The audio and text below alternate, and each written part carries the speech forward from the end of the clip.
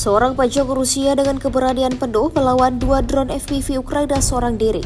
Rekamannya ramai beredar di media sosial Telegram pada Senin 2 September 2024. Di wilayah yang tidak disebutkan namanya dalam narasi unggahan, militer Rusia bekerja dengan penuh keseriusan. Demi mempertahankan nyawa dan posisinya, ia tampak teliti saat dihadapkan dengan dua drone musuhnya yang datang mengancam. Strategi yang ia keluarkan ternyata bisa mengalahkan dua drone FPV Ukraina. Seperti yang terlihat dalam rekaman, hingga video ini beredar, beragam komentar dituliskan warganet.